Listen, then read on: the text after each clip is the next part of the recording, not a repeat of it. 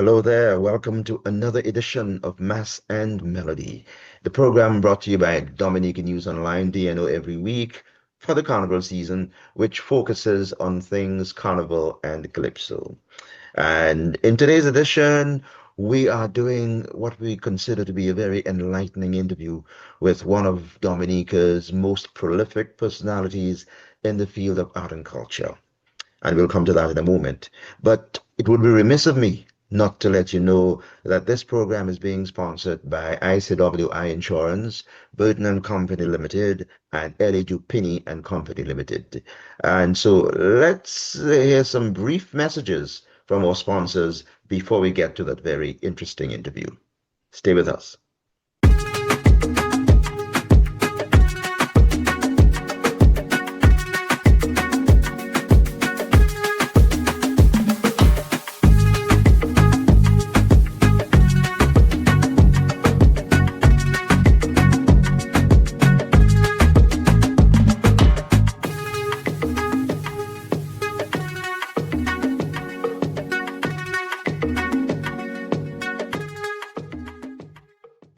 This is Mass and Melody, brought to you by DNO, as you know, every week to keep you updated on what's happening with regard to Carnival and with a special focus on Calypso. And joining us now is Ian Jackson, very familiar name in Dominica, specifically as it pertains to Calypso. But he's a prolific songwriter, he's an author, he's a poet, he's a columnist. Ian, is there anything I'm missing? So Ian is basically musician. Yeah, I'm probably missing something, right? But anyway, but that's musician, just musician. A musician as well, right? So Yeah. we have Ian with us today to take a look at the just ended Calypso semifinals for 2026. We have to let you know, first of all, that Ian himself is a songwriter, a Calypso songwriter, as I mentioned, and he has also written for this year. In fact, I can't remember a year in recent history that Ian has not written, really. I've not written. That's true. Yeah, so, but despite the fact that you have written, for this year's competition, you've written for, I don't know exactly who, but I know you would have written. Yes. But I still think it was, and you will tell us as soon as we, give you the microphone. I still think it is helpful to bring you on to give us a sense of, how the semifinals went down this year. We will talk a little later in the conversation about the judging in particular, because of the controversy that has erupted. And well, controversy is not a new thing to Calypso. I think I can't remember a year that has gone by without some sort of controversy, coming up. Yes, but we'll talk about that. But I want to begin first of all by welcoming you and asking you to sort of give us an overview, an assessment of the competition, the semifinal competition itself. How the show went down, your own take, on the flow and everything that goes into making a good show. And then later on, we'll talk about the judging in particular. Okay, well, basically, Tim, I think like almost every other year leading up, the semifinals was a fair one in terms of the competitiveness. I mean, we don't have Shanice and Dice, of course, and Dice has been a staple in our Calypso competition. But of course, he's not normally in the semifinals. He's normally waiting to defend his crown. So basically, this year, what I saw have changed is that we have many women. We have some 7 women going from the quarters into the. I don't think we ever had that before. So that is basically historical to have all those women entering a competition and going as far as the semifinals. There's something that worries me, apart from the competition that, of course, Calypso have been getting off late over the past 10 years, the Bouillon and so, and the crowd participation and that kind of stuff, because it's a new generation of persons coming in now, and so I think we have to do better to sell the art, of Calypso throughout the year. Somebody mentioned on the radio station that the Calypso should go around, the Calypso should go around, educated, just like what you are doing now. Out of season, we should have programs like that, training judges, doing stuff, even at school, getting teachers and so forth. So we're not just, it's just a culture shock. December comes, we're looking for judges and new judges, and we just do one session with them. That can't make them be capable of really handling judgment at a Calypso level. But there's also something that worries me is that we seem to always have our Calypso semifinals or quarterfinals always, in competition with some other event. For instance, St. Joe opening, the semifinals was at the same time. And I don't know how in a small country for a small population, we cannot find a time to discuss between the DFs and the Calypso Association or any organization to decide, well, A, we cannot have this activity on that day because Calypso is taking place on that day, or we can't have or Calypso can't perform on that day because there's a great activity, a major activity taking place. I find with our economic condition in Dominica, and maybe by extension the region, which is not the best in those times, and Calypso is not the king as it was before. Before, as you know, the Calypso competition, everybody had to shut down because Calypso dominated everything. It's different now. Calypso is getting fierce competition and has been overtaken, as it were, by even Booyah, and so on, and other people are attracted to other things. So in that case, if you want to keep the Calypso art form alive and for posterity, because it has a major role to play, in our culture. Calypso is important as ballet or quadrille or whatever, and probably even more important based on its Caribbean involvement and what it represents for slavery and messages and the voice of the poor and the voice of the oppressed and so on. So Calypso is very, very significant. So I think that we should find a better way, because I was part of a commentary team on Saturday, and we started Calypso show around 9:30, and it was advertised for 8:30. And when it was around 8 o'clock, after 8, there's hardly anybody in the park. Really, I was wondering what is wrong. So the venue itself was, I think, too big for Calypso, in my opinion. We have never had a semifinals in the park, in the entire park, as it were. We had finals there, of course, but not the semifinals. So I think the forecourt was maybe the best place for the competition. It's sort of, it's as a cozy sort of, setting where you can more relate. Right now, the Calypso is right at the back, right, and can hardly relate to the audience there, because we don't have the crowds as we're supposed to have. The finals, yes, I understand.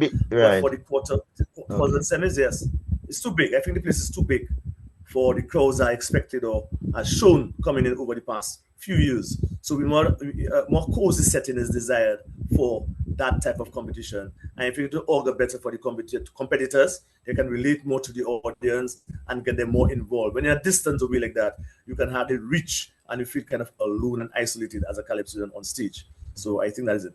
For instance, there's nobody really on the stands. Everybody stayed at the front trying to get close. So it didn't really serve the effort in that respect. But you're saying, Ian, though, that while for the semis, the venue was too big, but you're saying that for the finals, it could work out, right? Oh, yes, for you have it there. Because normally the finals show sort of pays for every activity the Calypso Association has. And I'm talking from the point of view of a former president. We never really made that much money in our quarters and semis, although it was more before, so it's really worse now. And the finals was the show that people expect, and that is why I compliment this new executive for bringing Booyah on board. I've been telling the previous executive that to bring Booyah on board, they had quantum performing and so on. So that's all that is good. Those initiatives are good. Bringing some of the Booyah, bringing the Shelley as a Calypso himself, bringing some of them to perform, even though it's intermission time, and do the stuff. So at least they're following part of what's happening. So for the finals, yes, the final crowd is double that of the semifinals. But let me ask you though, Ian. I mean, how does the 2026 semifinals just ended compare with previous semifinals as regards the eventual attendance? Because you were commenting earlier on, on a poor showing at the beginning of the show, but ultimately, how does it compare with previous showings? Well, not that very well, As a matter of fact, I think even leading up to that, the tent normally leads up to those to create the sensation for that. And we just had the first tent of Mascam. And Mascam was a really budding tent. And you have to be blind to see it, not to realize that Mascam has gone down drastically. Stardom is still trying, but again, the venue that they have right now, the factory, it's costly because it's a private venture. Before, all things used to be held, like for instance, Cicero Hotel, and all those places we had various tents happening. But now this area that we have now, I think Stardom tent, the third tent, I mean, they did not say on the air, But a part of why they do not have the third tent is because of financial reasons. You know, the cost to rent the facility is kind of big compared to what they actually make on the gates. So they're hoping if the new impetus now, the semifinals off and have gone, then they probably next week the chance can be better. Can be people can start talking about the controversies and all the different things, and people actually coming to see who was not there. But basically, we saw this a long time, Tim. It's for the past 10 years, like I say, Calypso has been on the decline. So this Calypso elimination, I'm sorry, this Calypso semifinals, you may have to compare it to probably 2015 or so, or before that period of time, which is really chalk and cheese. But really and truly, there's been a gradual decline to persons coming into Calypso competition. For instance, last year or the year before last, I was appalled at the fact that as of the Calypso semifinals, and just in Newtown Savannah, there was an activity taking place, and they had their own crowd, their big crowd. That would not happen before in the past, you know. But it's really going down, and this year it has taken a serious beating because I think over the past 2-3 years now, Bouyon has really moved up a notch from where it was. Bouyon was just something that was being played. Now you have Caribbean awards and all kind of stuff, you know, and people are getting into themselves and finding, well, okay, that's a way they can express themselves and get notoriety by the various fans in the Caribbean. So Bouyon is giving it even a greater flack this time around. So I'm saying that our education level, education program is needed, whereby the executive after the season has to go around in the schools and various forums and seek out persons, even though it's in the Bouyon, and seek them out to really sing Calypso. I mean, they try, Caris and the guys are trying to bring up the prize money to 25,000. That is the intention, and they're even talking about maybe next year to 30,000. But I think that is premature to just say that, because normally everybody has expenses in Calypso. And so instead of bringing up the King prize, you should just use 10% across the board or 5% across the board, you know. And with what is happening now, the intake so far does not suggest, without sponsorship or the government stepping in, the intake suggests that they will not be able to meet that in any comfortable way, you know. So it's just almost, I think, wishful thinking. It's a good intention, but I think they should look at the finances first, even before they commit themselves to that $25,000 or $40,000. So yes, Tim, we really need to have some lot of work to do. Some time ago, I was at school, well, just retired, but I was at school, and a guy told me, Jacko, write a Calypso for me, man, and write a Calypso about poverty. So I tell him, he convinced me as serious. You know, he just convinced me as serious. And then when I came on Monday, he told me that on a Friday. When I came on Monday, he gave me a well-written Calypso on poverty. But it was a generic Calypso, AI. He got it via AI. So people like me and you shouldn't be unemployed as far as Calypso is concerned. Because AI basically is what it is. So just the same way like how Bouyon Music is taking over right now. Before, in your time, as an elder man, in your time when you were in band, a guy will compose a song and then you'd create the right mood in terms of your rhythm and your chord structure for it. But right now, fellas creating beats first. Yeah, that's right. So it's opposite, and now they're putting lyrics to suit the beat. So you have 5-6 bands singing on the same beat, you know, which makes it very easy, and you know, and so it is bereft of lyrical content and depth and so forth. So that is right now lacking. You know what I mean? So soon we have to maybe define what is a Calypso, because very soon you might find that you might not be able to distinguish between a Bouyon and a Calypso, especially in the chorus, because Dominica is known to have those jivey sort of Calypsos and so forth. And guys have already infused some of those elements of Bouyon into the Calypso, you know. So you'll have the conch shell, you have the accordion and different things and repetitions and so on, which might be more, in other words, we lose the checker type of Calypso, where it's lyrics, fellas belting out lyrics like Chuck Dust and Checker and so on, these guys, you know. And we more get guys to really maybe more entertainment value, where there's nothing wrong in it, but it's just that there are certain fundamental things we have to ensure that we keep in Calypso. Remember, you are telling a story. Remember, it was born out of pain. If you go back to the history of Calypso, well, Massa used to do so many things, and if slaves used to find a way to entertain themselves, talk about the situation, do the masking.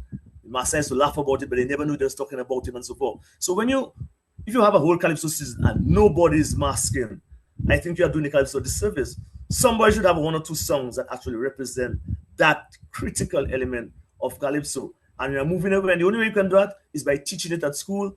And because right now, most students right now don't read too much. They're always on their computers or their laptop or their cell phones and so on. So we have a lot of work to do. I almost predict that if we don't do that, in the next 5 to 10 years, we'll certainly lose Calypso. This is Mass and Melody, a weekly program brought to you by DNO, which focuses on things Carnival and Calypso. And this week we are interviewing very prolific songwriter and multi-talented individual, Ian Jackson. But before we continue talking to Ian, we just want to remind you that this program is made possible through the kind generosity of some people who decided to come on board, and they are namely ICWI Insurance, LA Dupinian Company, and Burton and Company Limited.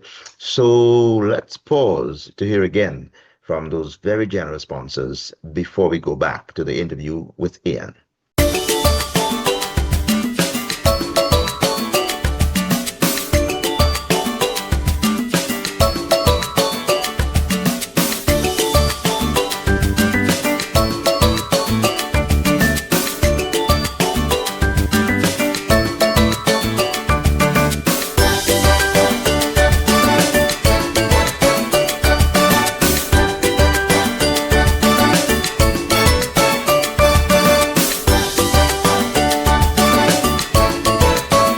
It seems to me, man, Ian, that you're opening up some, a whole range of areas now that need to be part of a discussion, a more, a lengthier and more comprehensive discussion on the fate of Calypso, you know what I mean? Because, you raise a number of areas. The fact that like any genre of music, it will have to ultimately evolve to be able to survive. But the question is how do we manage that evolution, to ensure that we do not lose Calypso altogether, to something totally new. Is as you said, even if this does happen, but we have to strive to retain some of the fundamental elements, of the art form. So, but unfortunately, we didn't come prepared to have a long discussion on this. Yeah, no problem. No, but I'm just saying. I just go on. I'm just saying those things really need to be discussed. They have to be aired. For example, Dr. I.P. Pascal was a guest on the show a couple of weeks ago, and he was making that point. He was saying, "Look, man, the demise of Calypso is inevitable unless we begin to do things to adapt right now." Right. And he was calling on Calypsonians to review their role as basically the purveyors of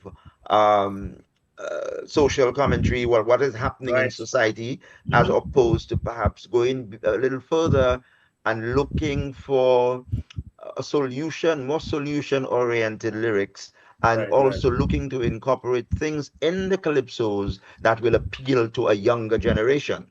Because he was saying that the generation of people that who loved and were fans of Calypso for a long time, they're dying out, and they're being replaced by a younger generation that is more into bouillon right now. And bouillon is more appealing to them. So we had to find a way to to get them involved, to appeal to them, and it may mean making changes in the way we do Calypso. So, but I'm thinking that I'm going to consider organizing another discussion and bringing people like you and IP on, to have, a more detailed and sorry discussion on this very important topic, But I want to ask you here before we go on to, as I indicated at the beginning of the show, I want to ask you specifically about the judging at the semifinals. But before that, I want to ask you for your impression, your assessment of the Calypsos that have been released, that you have heard this year overall. What is your view, compared to other years? Yeah, I think the Calypsos are still wonderful.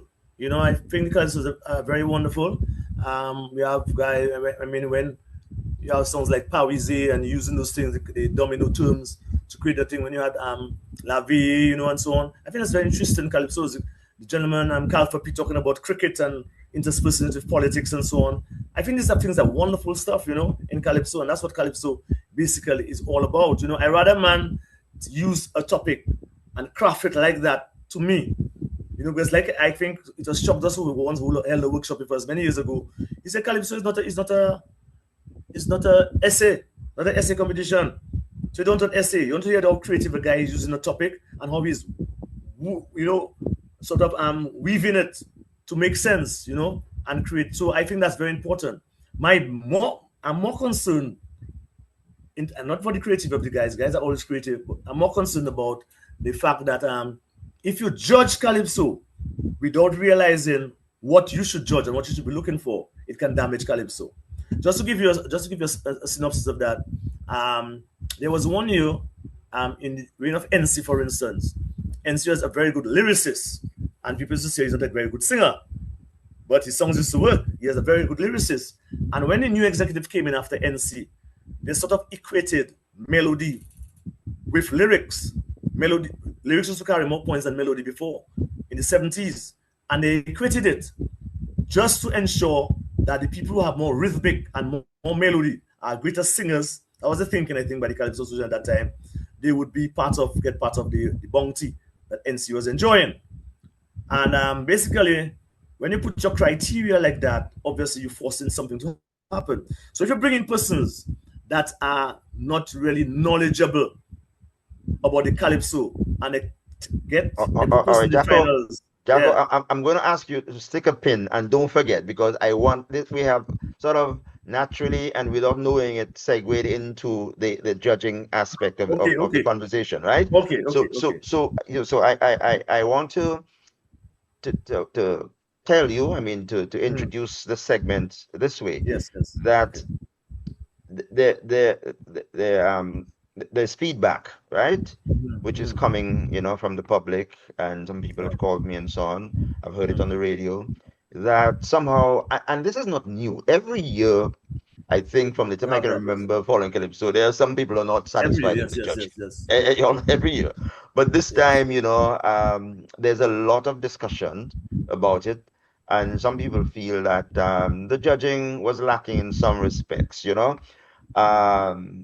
But I want your honest, objective opinion, as you're capable of doing, about that observation. You know, is there anything you saw, because you were there, you were doing commentary, and you were paying very close attention?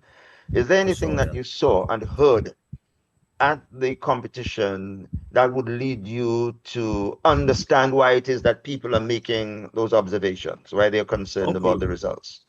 Okay, one of the reasons people are making those observations is that, for instance, I know, and after the results came out, some people circulate results on a small country. I know, for instance, in the quarterfinals, there is a Calypsonian as one aspect who placed first, and another judge had him number 15 and number 17. This year? I mean, this in the semifinals? Wow. Yeah, this year. No, not semifinals, the quarterfinals. The quarterfinals. I haven't seen the judges scores this time around yet. Okay. For the semis. Right. I mean, so tomorrow. But I'm saying I know the quarters one, right? Yes. Now, and another person now came out third in the quarterfinals. Well, Tim, in my long history of Calypso, I've never seen somebody come out third in the quarterfinals and made it to the semifinals and just wasn't anywhere in the top 15. In the semis. You know, in the semis. You know, so those things cause people to say, well, what is happening there? I mean, Mark is a different set of judges, because when the first set of judges judge, right, they take them out from the bag and they did the balance in the bag and they shuffle it. You may get one or two to come in. That's how I know it. I mean, I don't know what this executive did this time, but that's how it's normally done. And so you have a fresh set of judges, fresh set of eyes looking at the competition. So those things, there's people talking about sameness, for instance. Checker was very good, right? But the criteria is the criteria. And based on the criteria, I don't see why he shouldn't get in, because basically lyrics, melody, which carries the most points. He had a very melodious song, and his lyrics were sung. You may want to say that his lyrics is basically a repetition of what he has said before in the past. But every year is a new year, and you can't judge this year against last year. If you understand what I'm saying. Right. So if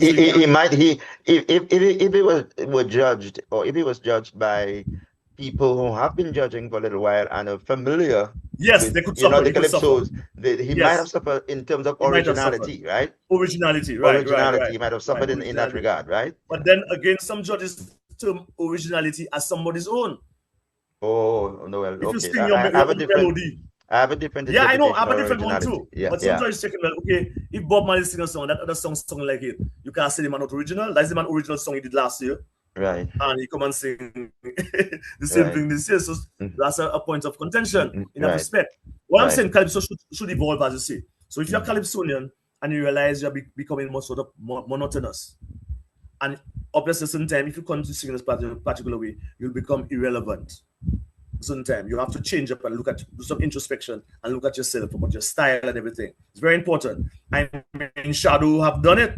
I love Shadow. You know, Shadow comes with a different and unique style. You know, he's a joker and funny, and he always brings some little things with it. But then, you know, when he brings up his stuff, you kind of must laugh at it. It's new. It's Right. different.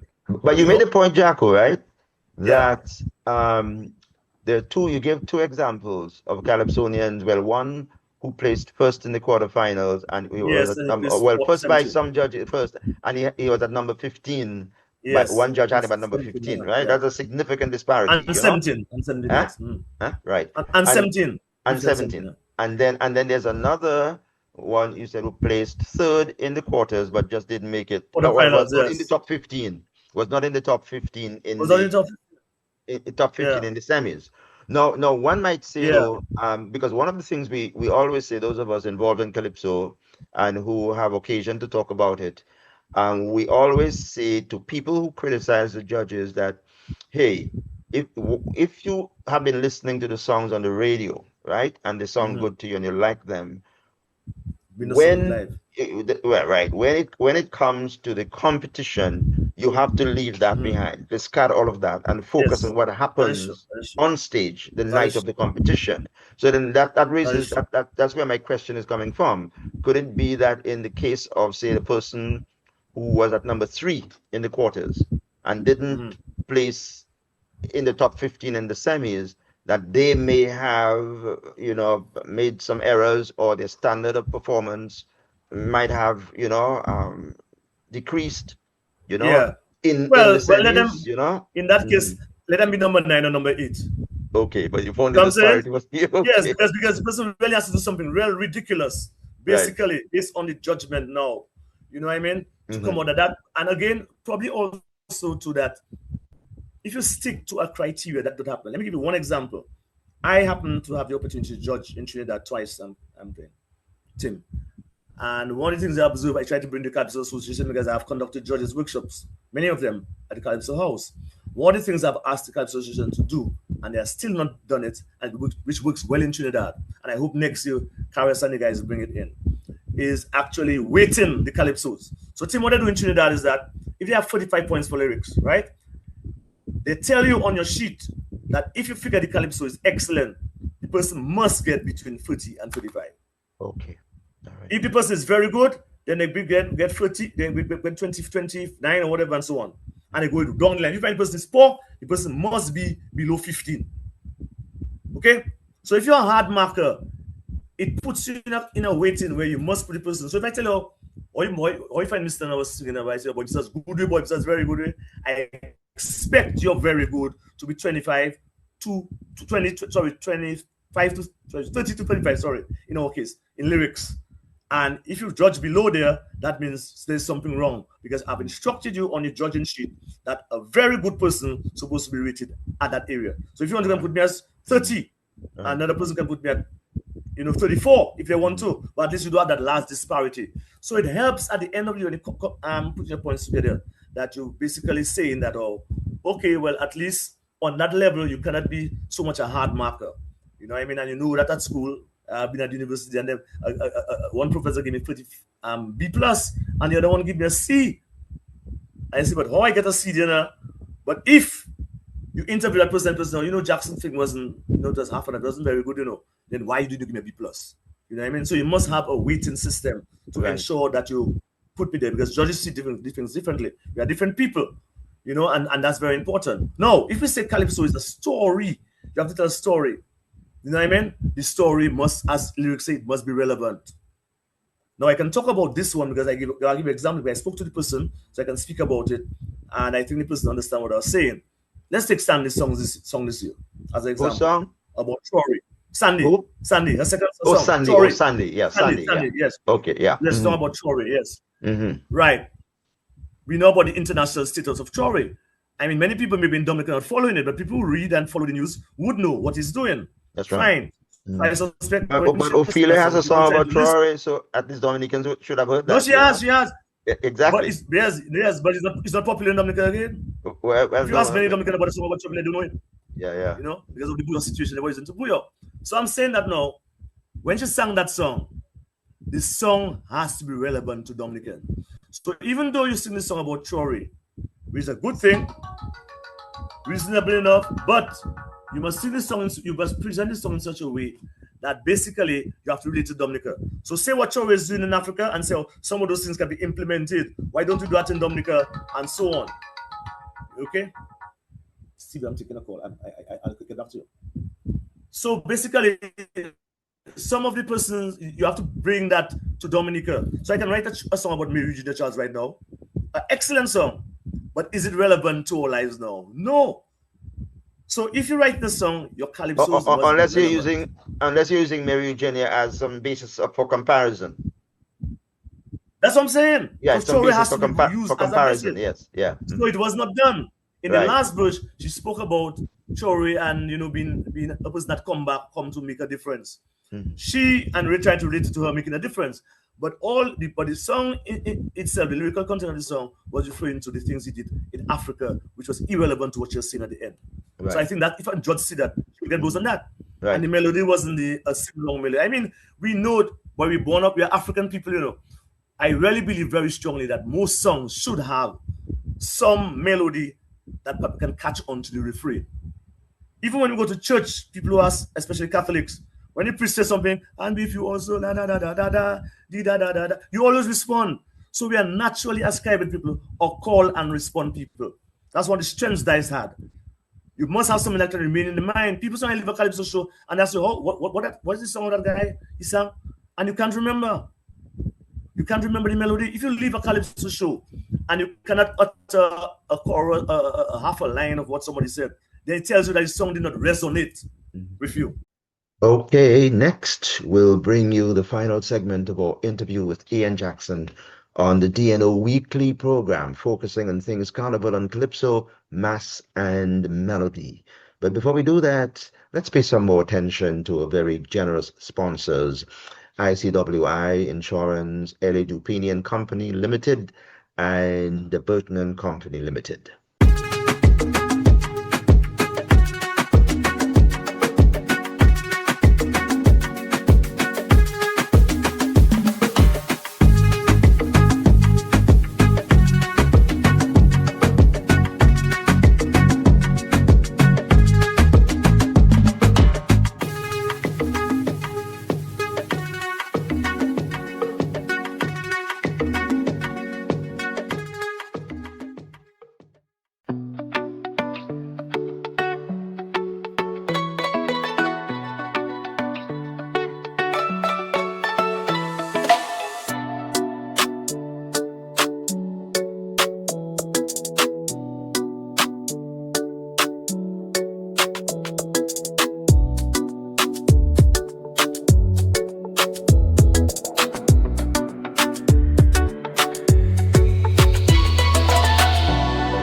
Interestingly, two of the songs you've mentioned so far in your assessment analysis is Mystery with Parisien, right? Yeah. When I grew up in the country, they used to call it Parisien, but I know that there's different variations of Creole, around the country. Yeah. But and Calfa P, he batting too long or something like that, right? What is the name of the song? He batting too long? Nice song, yes, batting too long. Yeah, okay, batting too long. No, interestingly though, those two songs that you kind of referred to, used as reference when you were talking about the general, standard of the calypsos, right? This year. Those are two songs that didn't make it, or two calypsonians who did not make it to the finals. And those are two of the songs at the center of the controversy that I mentioned, right? Well, I will Coming tell from you, the public. I'll give you, I'll give you the rationale for that. The reason for that is because when Pawise was playing on the radio, all the commentators, all the guys on the radio loved the song Pawise because of what it was saying, the term. But look at this song, Pawise in itself. The development, Calypso must never, and I've learned that over 50 years now, right, Tim? Calypso must never be about yourself. The I aspect, because the song could have been evolved and mean something more to people if it was showing aspects of the Calypso that was Pawise. But the Pawise because you will not place it. That's basically what someone was saying. Yeah, no, that's an someone saying Calypso Pawise because I'm not receiving when you're supposed to what is high, due to me, right? Low. Right. And so I want everybody to understand and check in with low. But what you can say because most likely maybe you never supposed to place high. That might be somebody's view. Right. So you cannot resort to people like that. People like the idea about the Pawise thing, domino, the local palangs, people love those things and so forth. But when they put under scrutiny now, with a judge and you watch the development of the structure, the storyline of the song, a wonderful melody, and that night I don't think she sang the best. She sang better in the quarterfinals. Okay, there's a little bit of screaming and so on, off key, flat and so forth in that particular time, right? And now Calfa P, look at Calfa P song. If you are not a Dominican and you come to the show, you might not understand Calfa P song. Because basically he's talking about batting too long, but he never really make no aspect of the politics in Dominica. When you're batting too long, the ball go down and it mash up a hotel down there. You know what I mean? Right. Or you can't find the ball in the airport thing in Wesley and things so. Or you hitting the ball too hard. You know what I mean? So we can relate to the different things happening. But really, he just wrote like a pure cricket match. Because we are Dominicans, we understand what he's saying. Right. But the development could go some more. Okay. In other words, it's a great song. You don't have a problem. Yeah, that's what I mean. Say why he's batting too long. What he's doing. That's what you say not scoring runs. Show some of the runs you're not scoring. Right. You're not hitting hard. You had the opportunity to hit hard and give us that, but he didn't do that. Right. So you have to point out the areas where he batted. So you see, yeah. So essentially, that it leads me to a point that I made. I was on a program with Loftus Dura some time ago, and I was making that point that look, it is okay as a person, somebody who follows Calypso, somebody who is a Calypso fan and very enthusiastic about it, to have your personal favorite, to have your choice. You hear a song and you like it for whatever reason. It is your favorite. But it does not give you the right to expect that that song, because it's your favorite, will necessarily find favor of the judges. For the simple reason that the judges have a set of criteria by which they judge a song. And that is what they use to determine whether a song fits the bill or not, on how high up or low down. So that I was making the point, well, if you want to be able to make that, express yourself in that way and have your position be accepted and understood and considered, then you should make an effort to understand the criteria by which those Calypsos are judged. So when you go and you listen to Calypso, you're applying those criteria, to the Calypso while you're listening to it. And so when a judge or judges decide that that song doesn't fit the bill or that Calypsonian doesn't cut it, you can say, well, look, I don't agree because here are the criteria that you use, and here is what I think about what was presented based on the criteria. Yes. So you understand? So I understand. Yeah. So what makes it dangerous? What makes it dangerous in the case of Pawise, and that was the one I was making reference to at first. Pawise, I think, came out third. Right? She came out first, not third. Right. At first or second in the quarterfinals, right? Very high in the top 3. And yet you could not find a space for her in the top 12, top 13. Now, that means the first set of judges who judged that competition with the same song, the interpretation of the song was different than the other set. Right. The application was totally different. Because there's no way if two of us understand the song the same way that will have a disparity more than 3-4. You cannot have a 10-point disparity. You know what I'm saying? Right. It doesn't make sense. It does not make sense. Yeah. So it speaks, I think, to somewhat to this whole idea that judges, I mean, Calypso Association has to conduct more standardization workshops and training for judges. And you also have in recruiting judges, you also have to take people with some elements, you know, of music and whatever else goes into understanding, you know, a song and songwriting and melodies. In other words, what somebody who understands what a good song should entail. Okay, so somebody has to have some sort of basis, some qualifications, if you will, to use. See, me always saying that. Yeah, I've heard panels outlined by the Calypso Association, and I can't identify one person who's musically minded. You know, all of them might be literate and know about Calypso and so forth, but you have to know when somebody's flat. I have been in panel on judges already before, on panels already, and you hearing somebody singing off key, and I'm hearing you troubling my ears as a musician. And my other partner just by me judging, he's at bay. He has no idea this is off, you know. That should not happen on a panel. If you're unsure about something, your ears should be tuned. Even another musician should be saying, but Jackson, what I'm coming funny here, I'll tell you, well, you know, why Mr. not singing on the key, you know. At least that is something I will tell you on the panel. Because we can speak, you know. We don't have to be not judging together, but we can discuss things together. I can tell you something together. You know, I can tell you, can you see what Mr. has on there now, or whatever, and things, or what he's showing there, whatever. Because I'm obscured, my vision is obscured, and I can get your thing on it, and so on. So if somebody's sitting flat and I hear something wrong, or did you hear what she said there, or was the microphone or whatever? Judges can discuss those things among themselves. You know what I mean? So the workshops, yes, are very important because I'm not sure that the general public understand what Calypso, in a general sense, is about, and even the judges themselves don't really understand. Because I think they are given a quick training session in December, and they do not, you know. I know another very important thing to him is that there are judges who have been judging 10, 15, 20 years, and they're judging the same way every time, not correctly. Who is assessing them? There should be someone in the Calypso house when people bring their record sheets to rate that person and their judgment against their compatriots, to see how they have been judging. And after around 3-4 years, say, okay, young man or sir, thanks for your services, Calypso Association, but you are not living up to the standards of what we expect. Not because the person judging long, they are good. They might be judging long, doing the same thing for a long time, the same wrong thing for a long time. Right.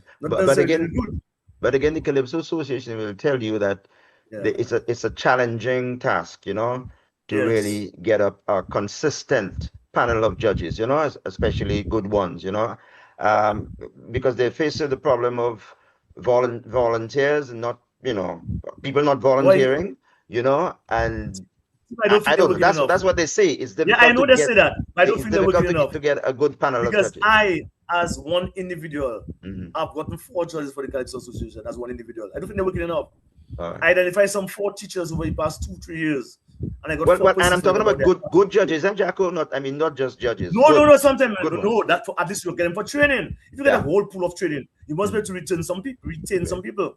And the judges I got for them was at least people who are lyrically conscious. You know what music I mean, like literature and English students and teachers, and I've heard them speak about Calypso. So I realized, oh, you have some potential, man. So you go to the workshop and they'll assess them in the workshop. That's their job. But what I'm saying about getting people to come to be on a panel, at least to be at training sessions, I don't think it's so much a hard task as okay, but they would come to the training. Right, but when that happens, you would agree to that at the end of the training session, those participants have to be assessed and the determination be made whether they can be kept right. on. That's because some people are untrainable. You know, I mean, you may train them. That's why they come in. They don't learn. Right? For instance, Tim, I had a couple of workshops already where I did a session with judges, and then I brought them 3 times, and I brought a Vinci Calypso show that they never saw, and a Lucian Calypso show that they never saw, and I asked them to cast judgment on this guy's. And when I give their judgment, I asked them, why did you play the person there? So if you do a number of those things for 3-4 years, you must be able to identify some people that are really consistent in what they're doing. But the Calypso Association is not doing those things. But Ian boy, I wish we had a whole set of time because this is such an interesting conversation. But unfortunately, I think we have limited time, and I want to thank you, for coming on and sharing your views with us on Mass and Melody. Yeah. You made a tremendous input, in the program today, and thank you very much. Yeah, man. Thank you, Tim. Okay, man.